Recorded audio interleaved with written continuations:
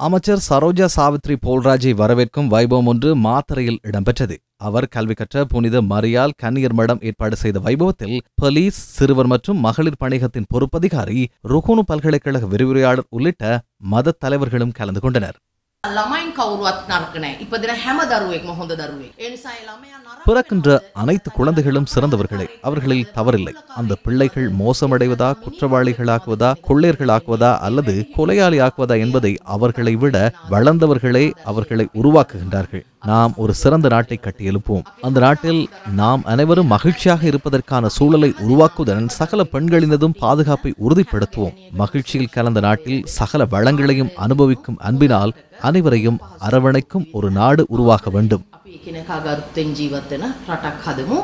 තමයි අපි ඔබ හැම කෙනාටම දෙන්න පුළුවන් මහඟු කාරණය.